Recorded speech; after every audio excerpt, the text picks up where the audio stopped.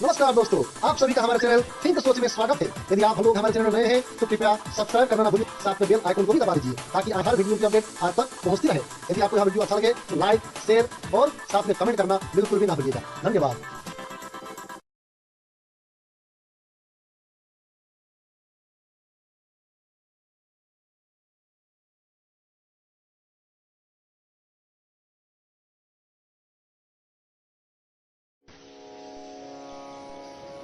नमस्कार मित्रों, आप सभी लोग कैसे हैं? आज से हम शुरुआत करने जा रहे हैं श्रीमद् भागवत गीता की प्रथम अध्याय से श्लोक और भावार्थ सहित। आज के समय में लोगों के पास इतना टाइम नहीं है कि वो किसी सत्संग में जाए, किसी साधु के सानिध्य में जाकर के गीता को सार को समझें, अथवा खुद के पास इतना टाइम नहीं है कि कोई पुस्तक उठा करके खुद ही पढ़े और खुद ही समझे। इसलिए मैं छोटे से गुरुकुल में हूँ, छोटे से मेरा कर्म यही है, मेरा धर्म यही है, मैंने शास्त्रों का अध्ययन किया हुआ है। तो मैं आज से श्रीमद् भागवत गीता का प्रथम अध्याय से प्रथम श्लोक से श्लोक और भावार्थ सहित आप सभी को श्रवण कराने जा रहा हूं। धृतराष्ट्र उवाच धर्मक्षेत्रे कुरुक्षेत्रे समवेतायुत्सवः मामकः पांडवाश्चैव किम कुर्मत संजय। धृतराष्ट्र बोले, हे संजय, धर्मभूमि कुरुक्षेत्र में एकत्रित युद्ध की इच्छा वाले मेरे और पांडु के पुत्रों ने क्या किया? संजय उवाचा दुष्टवा तो पांडवानीकम व्यूढ़ं दुर्योधनस्तदा आचार्यामुपसंगम्य राजा वचनमब्रवीत्।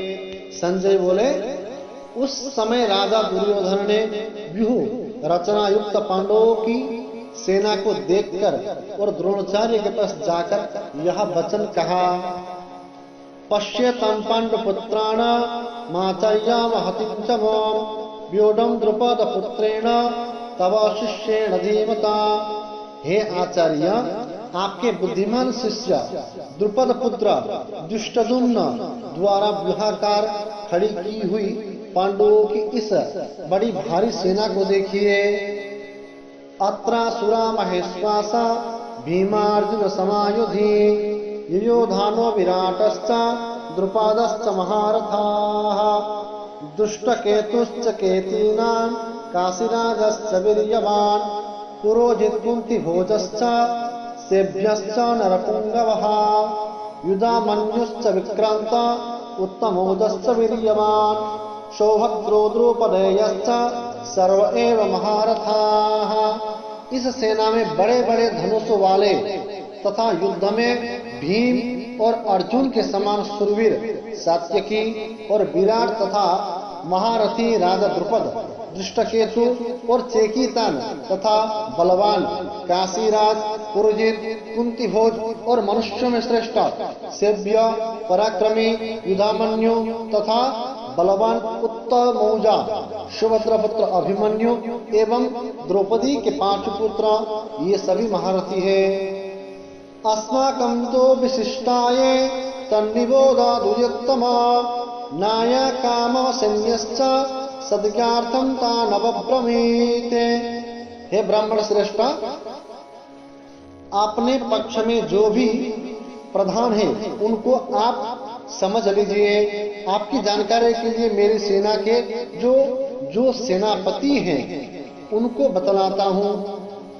भवान भीष्मश्च कर्णश्च कृपश्च समितिञ्जयः अश्वत्थामा विकर्णश्च सौमदत्तस्तथैव च। हे गुरु द्रोणाचार्य, आप पितामह भीष्म तथा कर्ण और संग्राम विजयी कृपाचार्य, वैसे ही अश्वत्थामा, विकर्ण और सोमदत्त का पुत्र भूरिश्रवा, अन्ये च बहवः शूरा मादात्य त्यक्तजीविताः नाना शस्त्र प्रहरण सर्वयुद्ध विशारदाः। और भी मेरे लिए जीवन की आशा त्याग देने वाले बहुत से शूरवीर, अनेक प्रकार के शास्त्रास्त्रों से सुसज्जित और सब के सब युद्ध में चतुर हैं। अपर्याप्तम तदस्माकं बलम भीष्माभिरक्षिताम पर्याप्तम च्यूतमेतेषां बलाभिमाभिरक्षिताम। भीष्म पितामह द्वारा रक्षित हमारी वह सेना सब प्रकार से अजय है। भीम द्वारा रक्षित इन लोगों की यह सेना जीतने में सुगम है। अयनेषु च सर्वेषु यथा भागमवस्थिताः भीष्ममेवाभिरक्षन्तु भवन्तः सर्व एव हि। इसलिए मैं सब मोर्चों पर अपनी अपनी जगह स्थित रखते हुए आप लोग सभी निस्संदेह पितामह भीष्म की ही सब ओर से रक्षा करें। तस्या संजाय नयन हर्षा कुरु वृद्धः पितामहः सिंहनादं विनोद्यच्चैः शंखं ददमो प्रतापवान।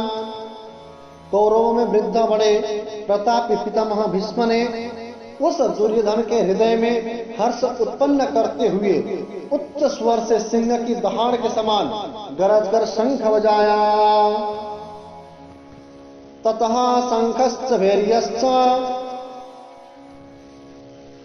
प्रणवाना खगोमुखाः सहसैवाभ्यहन्यन्त सशब्दस्तु मुरोभवात्। इसके पश्चात शंख और नगारे तथा ढोल, मृदंगा और नरसिंह आदि बाजे एक साथ ही बज उठे। उनका वह शब्द बड़ा भयंकर हुआ। तथा श्वेतैर्हयैर्युक्ते महति स्यन्दने स्थितो माधवः पांडवश्चैव दिव्यो शंखो प्रददमतुः। इसके अनंतर सफेद घोड़ों से युक्त उत्तम रथ में बैठे हुए श्री कृष्ण महाराज और अर्जुन ने भी अलौकिक शंख बजाया।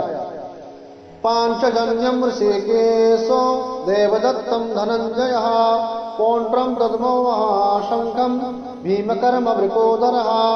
श्री कृष्ण महाराज ने पंचजन्य नामक अर्जुन ने, देवदत्त नामक और भयानक कर्म वाले भीमसेन ने पौंड्र नामक शंख महाशंख बजाया। अनंत विजय राजा कुंतीपुत्रो युधिष्ठिरः नकुला सहदेवश्च सुघोषा मणिपुष्पको। कुंती पुत्र राजा युधिष्ठिर ने अनंत विजय नामक और नकुल तथा सहदेव ने सुघोष और मणिपुष्पक नामक शंख बजाए। कस्यश्च परमेश्वास शिखंडी च महारथाः दुष्टदुम्नो विराटश्च सत्याकिंजा पराजितः द्रुपदो द्रौपदेयश्च सर्वशः पृथिवीपते सौभद्रश्च महाबाहु शंखं ददमो पृथक पृथक। श्रेष्ठ धनुष वाले काशीराज और महारथी शिखंडी एवं दृष्टदुम्न तथा राजा विराट और अजय सत्य की राजा द्रुपद और द्रौपदी के 5 पुत्र और बड़े भुजा वाले सौभद्र पुत्र अभिमन्यु, इन सभी ने हे राजन सब ओर से अलग अलग शंख बजाए। साघोषोधात राष्ट्रायाम हृदयानि व्यदारयात् नामस्ता पृथ्वी चैव तुमूलोऽप्यनुनादयात्। और उस भयानक शब्द ने आकाश और पृथ्वी को भी गुंजाते हुए धृतराष्ट्र के, धार्तराष्ट्र के अर्थात आपके पक्ष वालों के हृदय विदीर्ण कर दिए। अथा व्यवस्थितान् दृष्ट्वा धार्तराष्ट्रं कपिध्वजः प्रवृत्ते शस्त्र संपाते धनुरुद्धम्य पांडवः ऋषिकेशं तदा वाक्य विदमाह महीपते। अर्जुन उवाच सेनायोरुभयोर्मध्ये रथं स्थापयाम्यच्युता। हे राजन, इसके बाद कपिध्वर अर्जुन ने मोर्चा बांधकर डटे हुए धृतराष्ट्र संबंधियों को देखकर उस शस्त्र चलाने की तैयारी के समय धनुष उठाकर ऋषि के श्री कृष्ण महाराज से यह वचन कहा, हे अच्युत, मेरे रथ को दोनों सेनाओं के बीच में खड़ा कीजिए। यावदेतान् निरीक्षेऽहं युद्धकामानवस्थितान् कैर्मया सह युद्धव्यमस्मिन् रणसमुद्यमे। और जब तक मैं युद्ध क्षेत्र में डटे हुए युद्ध के अभिलाषी इन विपक्षी जियाओं को भली प्रकार देख लूं कि इस युद्धरूप व्यापार में मुझे किन किन के साथ युद्ध करना योग्य है, तब तक उसे खड़ा रखिए। योत्स्यमानानवेक्षेऽहं या एतेऽत्र समागताः धार्तराष्ट्रायं दुर्बुद्धिर्युद्धे प्रियचिकीर्षवः। दुर्बुद्धि दुर्योधन का युद्ध में हित चाहने वाले जो ये राजा लोग इस सेना में आए हैं, इन युद्ध करने वालों को मैं देखूंगा। संजय उवाचा एवं मुक्तो ऋषिकेशो गुडाकेशेन भारत सेनायोरुभयोर्मध्ये स्थापयित्वा रथोत्तमाम्। भीष्मा द्रोणा प्रमुखतः सर्वेषां च महीक्षिताम् उवाचा पार्थ पश्येतान् समवेतान् कुरुनिति।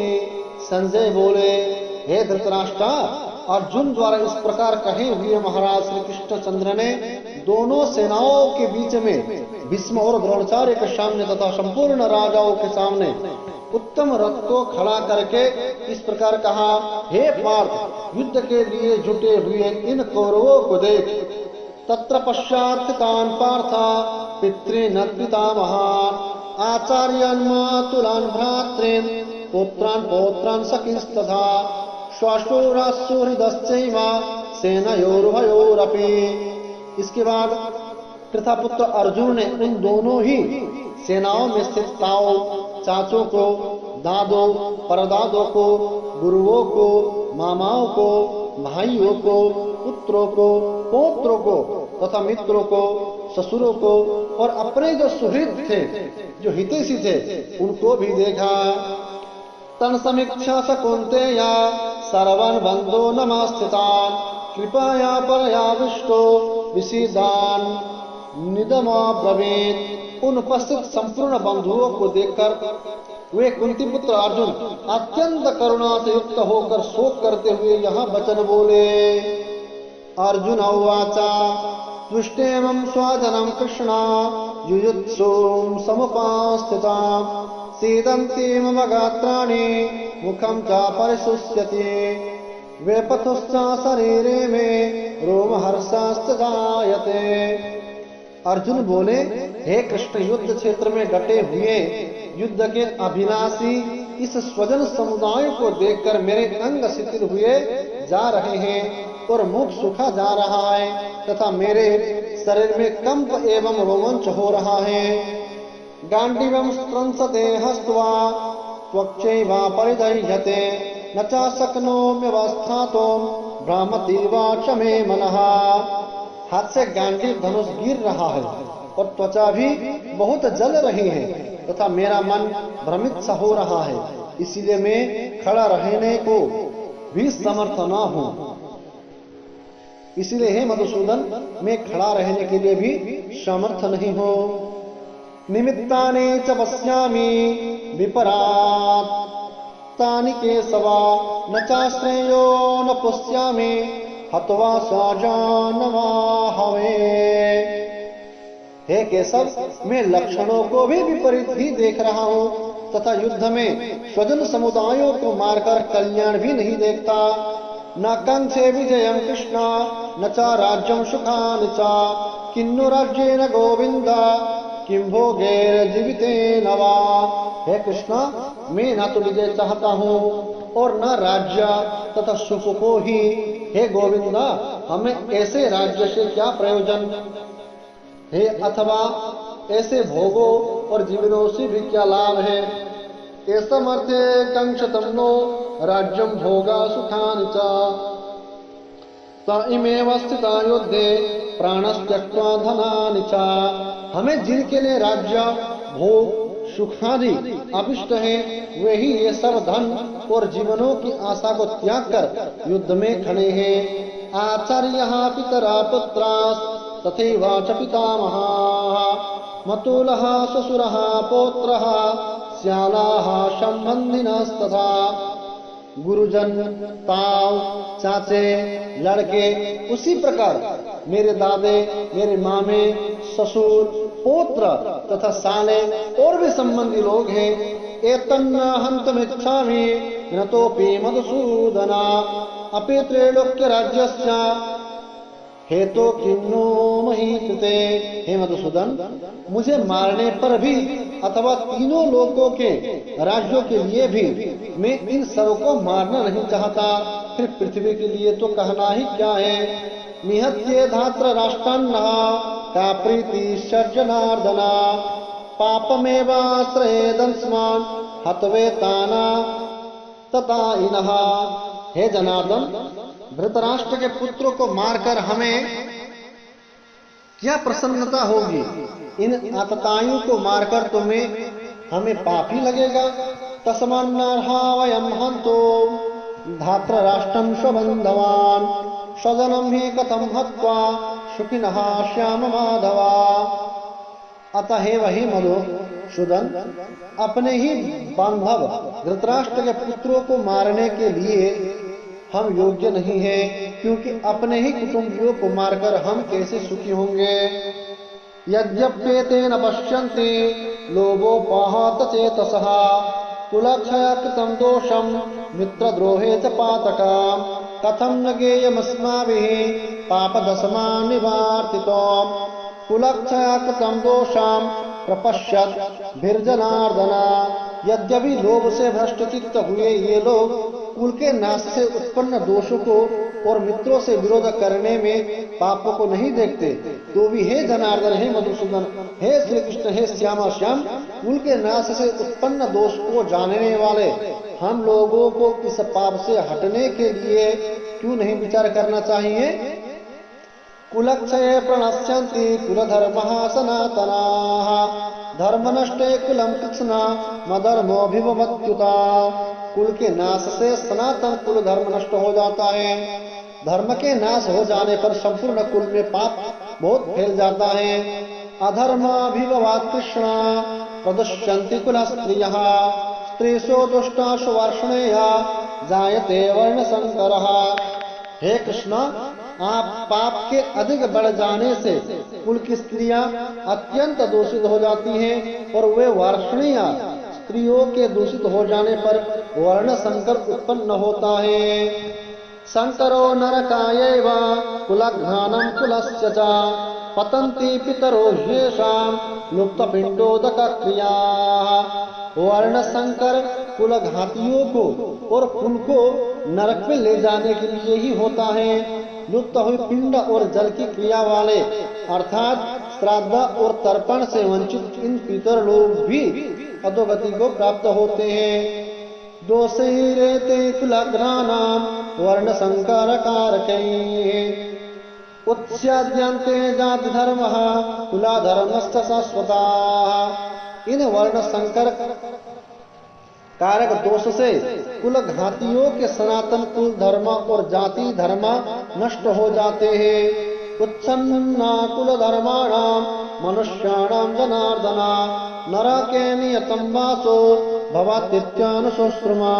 हे जनार्दन, जिनका कुल धर्म नष्ट हो गया है, ऐसे मनुष्यों का अनिश्चित काल तक नरक में वास होता है, ऐसा हम सुनते आए हैं। अहोवता महत्पापं कर्तुं व्यावासिता वयाम यद्रज्जासु कलेवेना हन्तुं स्वजानमुद्यतः। हाँ, शोक हम लोग बुद्धिमान होकर भी महान पाप करने को तैयार हो गए, जो राज्य और सुख के लोभ से स्वजन को मारने के लिए उद्यत हो गए। यदि मामा प्रतीकार मा शस्त्रं शस्त्रपाणयः धात्रराष्ट्रारणे हन्योस् तन्मे क्षेमतरं भवेत्। यदि मुझ शस्त्र रहित एवं सामना न करने वालों को शस्त्र हाथ में लिए हुए धृतराष्ट्र के पुत्र रण में मार डाले तो वह मारना भी मेरे लिए अधिक कल्याणकारक होगा।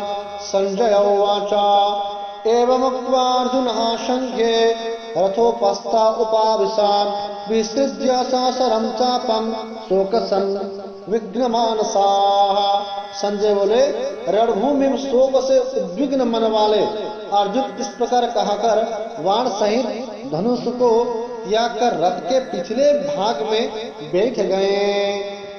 ओम तत्सदिति श्रीमद्भागवत गीता सुपनिषत्सु ब्रह्मा विद्यायां योग शास्त्रे श्री कृष्ण अर्जुन संवादे जुना विषाद योग नामा प्रथमोध्यायः। जय श्री कृष्ण। दोस्तों, मैंने आज प्रथम दिवस में पहले अध्याय आज यही विश्राम करते हैं। आप लोग यदि हमारे चैनल में नए हैं तो हमारे चैनल की जो सब्सक्राइब बटन है उसको दबा लीजिए, बेल आइकन भी दबा लीजिए, ताकि मैं अभी तो भागवत श्रीमद् भागवत गीता के ऊपर मैं रिकॉर्ड कर रहा हूँ। आने वाले समय में श्रीमद् भागवत महापुराण, शिव महापुराण, देवी भागवत महापुराण आदि अन्य जितने पुराण हैं उन सबको मैं विस्तृत श्लोक और अर्थ सहित एक एक अध्याय करके आप लोगों को सुनाऊंगा। आज के लिए इतना ही। बहुत बहुत धन्यवाद। जय श्री कृष्ण।